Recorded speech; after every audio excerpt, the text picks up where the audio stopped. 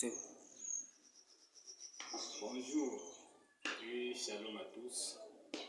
Ravi encore une fois de plus de venir depuis chez vous au moins de cette petite vidéo.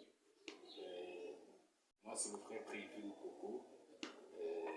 On est ici avec un vétéran, un pèlerin du troisième exode. Lui-même il est dit que c'est un sujet très il est question de vie ou de mort. Donc avant tout, il va d'abord se présenter. Bonjour frère. Bonjour frère Prévu, comment? Non, ça va.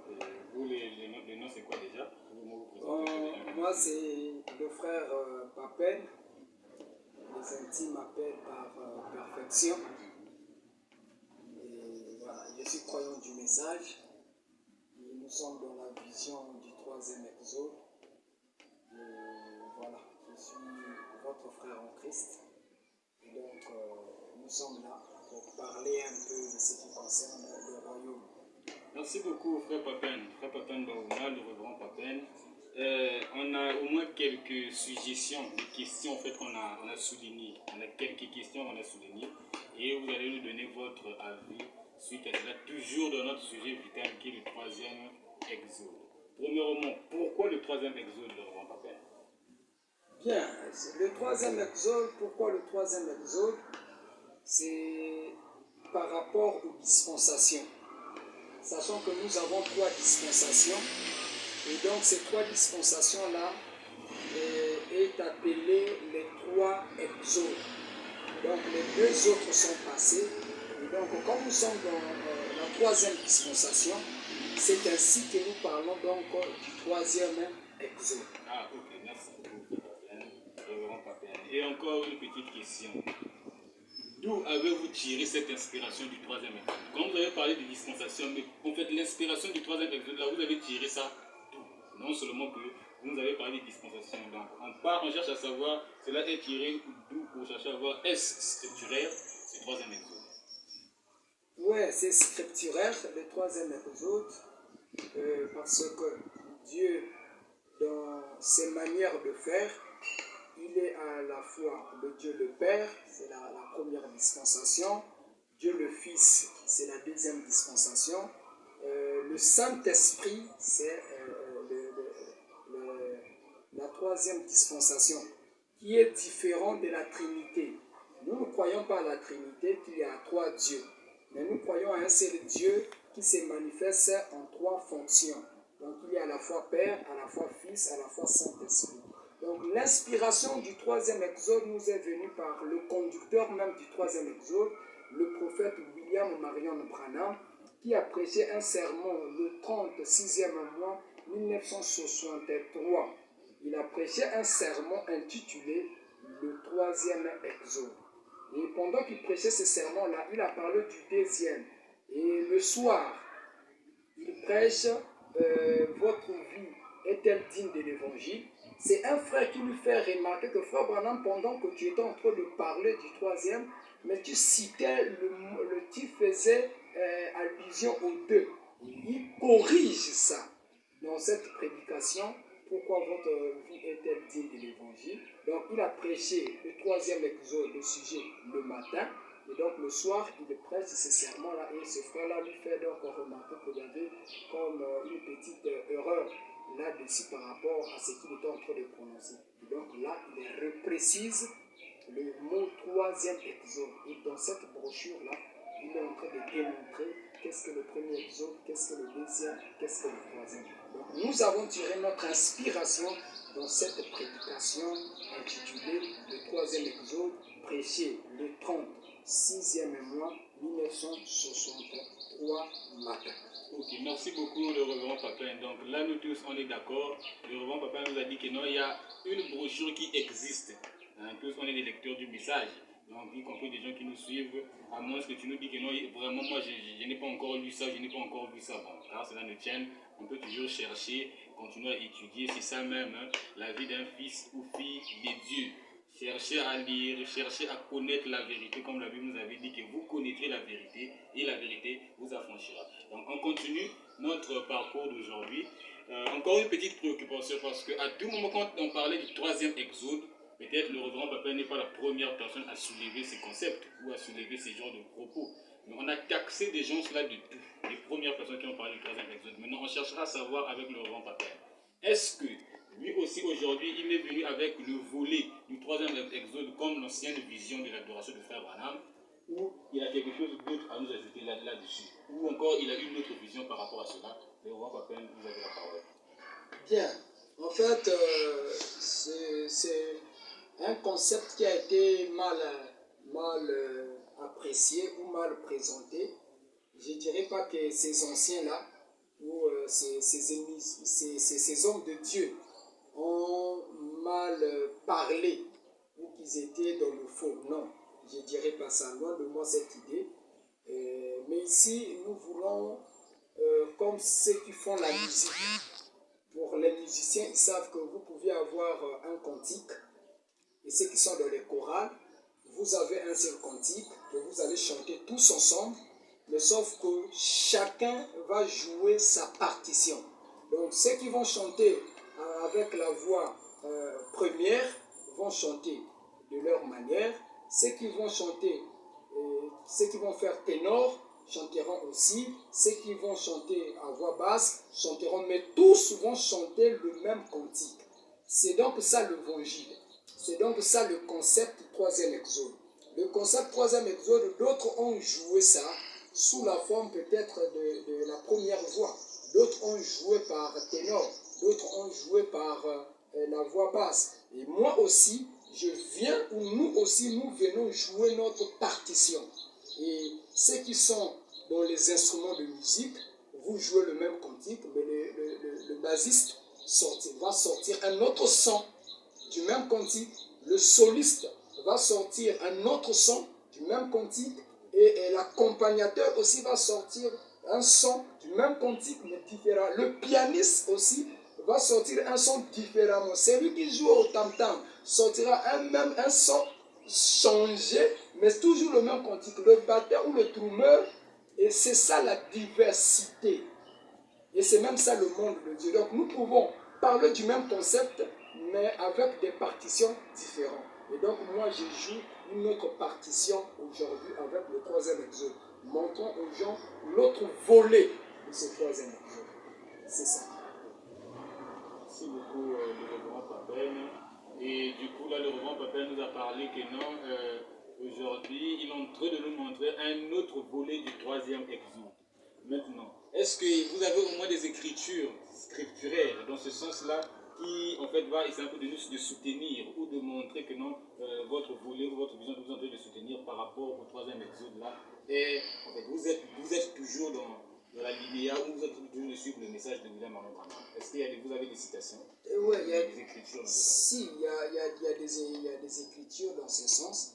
Et à cause du temps, nous n'allons pas présenter ça. Et donc, quand nous allons présenter le direct, nous allons faire un direct, nous allons donner assez de détails. Et pourquoi? Parce que nous ne voulons pas que les gens restent souvent accrochés au téléphone, ce qui prend beaucoup de temps aux gens. Donc, nous faisons juste l'interview pour montrer le grand plan. Sinon, il y a des citations. Permettez-moi de lire une petite écriture ici. L'emblème même du troisième exode, ou des trois exodes. Les trois exodes avaient un emblème. Et je suis dans l'accusation de 1963. Frère Branham a prêché ça le 7e mois 1963, le paragraphe 40. Frère Branham dit ceci: eh bien, le dimanche passé, si certains d'entre vous n'étaient pas ici et n'avaient pas obtenu le message, le troisième exode. Et si vous voulez obtenir les bandes, je crois que vous apprécierez cela. Et celui-là, le troisième exode. Donc ici dans l'accusation, on est le mois suivant, parce qu'il a prêché, c'était le 6e mois, là on est au 7e mois. Frère Branham est en train de conseiller aux gens de prendre la prédication du dimanche passé, qui était intitulée le troisième exode, parce que beaucoup de choses ont été dites là-dedans. Parce que c'est dans cette brochure où Frère Branham montre le but même du troisième exode. Le but du premier exode est défini là-dedans, qui était de l'Égypte à la terre promise, et de l'Égypte pour le judaïsme. Et le deuxième exode, le but, c'était du judaïsme pour le christianisme. Et le troisième exode, c'est que nous quittons le christianisme pour entrer dans ce que nous appelons le troisième exode ou l'âge du millénium. Et là, le pentecôtiste ne peut pas rentrer. C'est la gamme présidée. Ok, merci beaucoup le reverend Patton, encore la vie. On est en train de voir ou encore d'écouter des bonnes choses. Et vu que c'est vraiment, actuellement en fait c'est l'interview, on ne peut pas tout déballer. Et nous croyons que dans les prochains jours, on aura cela en intégralité. Maintenant, je voulais souligner encore une petite question là, mais vous avez déjà effleuré cela en passant. Donc c'est ça même le troisième exode, l'uranium enrichi, comme vous avez toujours tendance à le dire. C'est ça. Donc je voulais poser la question sur le but principal du troisième exode. Vous nous avez dit que non, le but principal du troisième exode, c'est de quitter le christianisme vers le troisième exode. Oui, mais sans vous interrompre, finissez votre question, comme ça je vais répondre. Quitter le christianisme pour le troisième exode. Je pense que c'est bel et bien ça le but principal. Ok, donc je vais soutenir ça parce que c'est très capital. Et pour ceux qui prennent note, qui vont sur la vidéo, je suis toujours, on est dans votre vie est-elle digne de l'évangile. Il prêche ça le 36e mois soir. Il prêche le troisième exode le matin. Et donc le soir, il prêche ce sermon-là. Le paragraphe 28, suivez ça très attentivement parce que c'est ça le but du troisième exode. Et il dit, eh bien, ce soir, on enregistrait, eh bien, ce matin, si Dim, ce que je venais de vous parler, le frère Dim, est là où il est en train d'enregistrer. Je pense que sur la bande, quelqu'un a attiré mon attention là-dessus.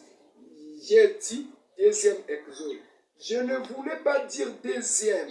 Il s'agit du troisième exode. Le Saint-Esprit, sous la forme de la colonne de feu, est descendu, s'est manifesté et a fait sortir les gens dans le premier exode. Et là, fait sortir Israël de l'Égypte. Le deuxième exode, c'est Christ faisant sortir l'Église du judaïsme. Et le troisième exode, c'est quand la même colonne de feu fait sortir l'épouse de l'Église. Vous voyez, sortir du naturel, sortir du spirituel, puis du spirituel sort du spirituel, les trois. Vous voyez, le spirituel sort l'Église, plutôt nous avons alors les trois âges en rapport avec cela. Voilà les trois buts des trois exodes. Donc le but du troisième exode, c'est de sortir, faire sortir l'épouse de l'Église. Donc l'Église aujourd'hui, c'est l'Église chrétienne. Donc le but que nous poussons, voilà pourquoi nous disons aux gens que le troisième exode, ce n'est pas le christianisme. Parce que le christianisme, c'est l'Église. Et donc nous faisons sortir les gens de l'Église nous faisons sortir plutôt l'épouse de l'Église. Et Branham dit ici, sortir du naturel, c'était Israël. Et après il dit du spirituel, c'était comment on appelle, le deuxième exode. Donc du judaïsme, c'était le spirituel. Et après il dit, puis le spirituel sort le spirituel. Donc on est dans la troisième phase, dans le troisième compartiment du temple de Moïse, dans le troisième sacerdoce. On est dans le septième sceau, c'est un silence. Nous rentrons dans ces profondeurs-là de l'âme. C'est ça le troisième exode, le but même du troisième. Merci beaucoup l'homme de Dieu, Papa Baouma. Il nous a souligné le mystère du mystère, le septième sceau. Et il y a encore deux autres préoccupations pour finir.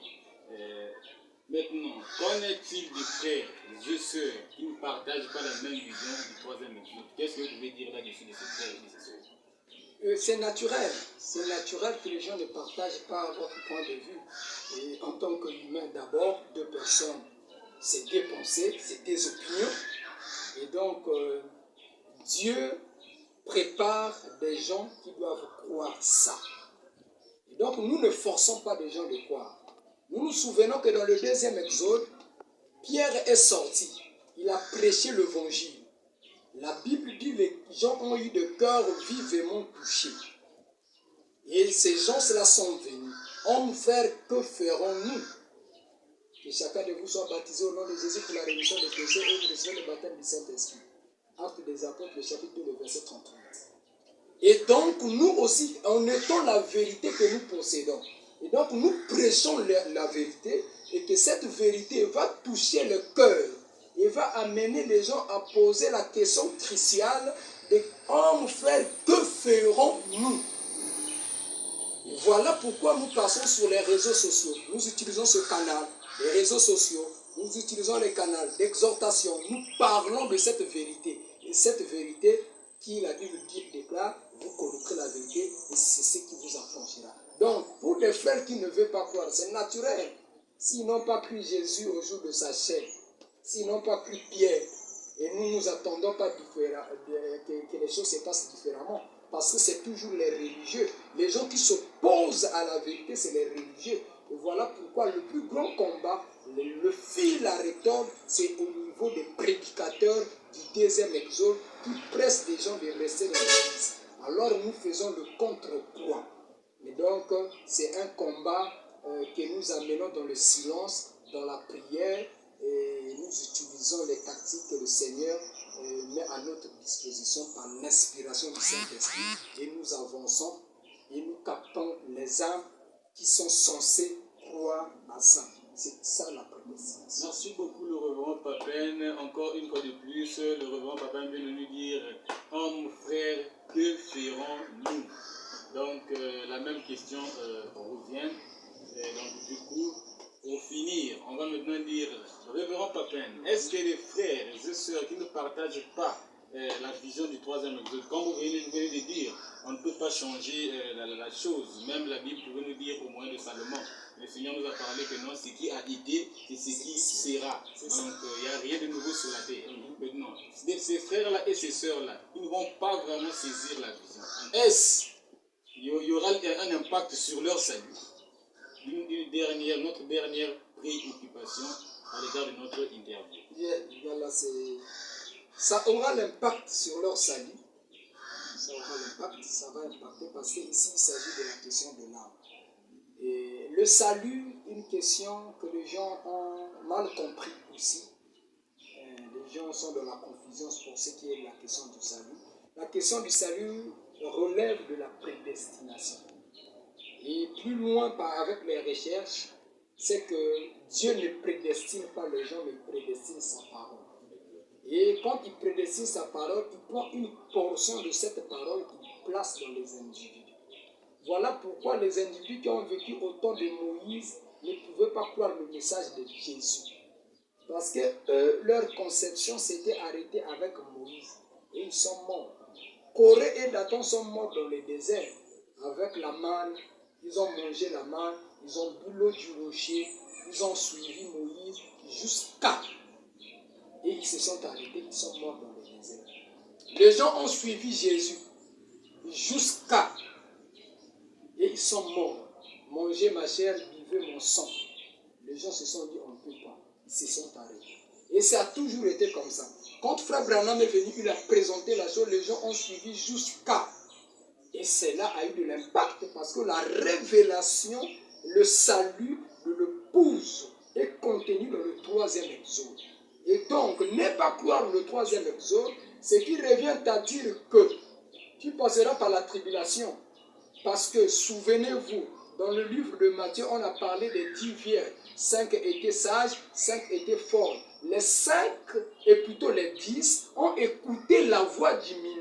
La voix du prophète messager du dernier jour, la voix du conducteur du troisième exode, la voix du guide de l'exode. Ils ont écouté la voix, ils se sont réveillés, mais leur lampe n'avait pas séduit.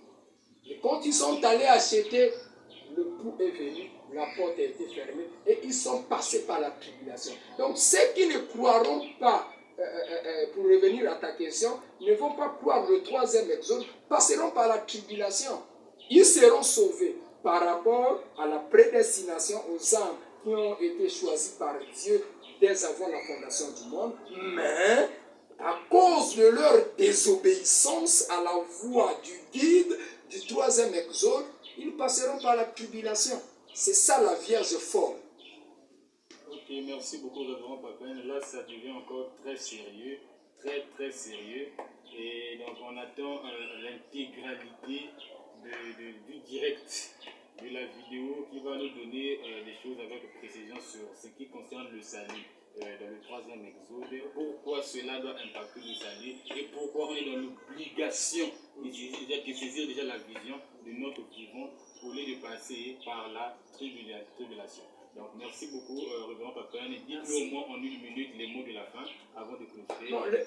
Les mots de la fin, je vous dis, frères et sœurs, je vous invite de croire au troisième exode. Le problème, c'est au niveau de votre compréhension, parce que la preuve même que vous avez le Saint-Esprit, c'est lorsque vous avez la compréhension nette de l'Écriture. Quand vous n'avez pas la compréhension de l'Écriture, c'est la preuve que vous n'avez pas le Saint-Esprit. Donc la chose primordiale à chercher d'abord, c'est le Saint-Esprit. Je vous conseillerais de chercher le Saint-Esprit en priant que Dieu vous donne le Saint-Esprit. Et le Saint-Esprit vous donnera la compréhension du troisième exode. Merci beaucoup, Révérend Papin, que le Seigneur vous bénisse.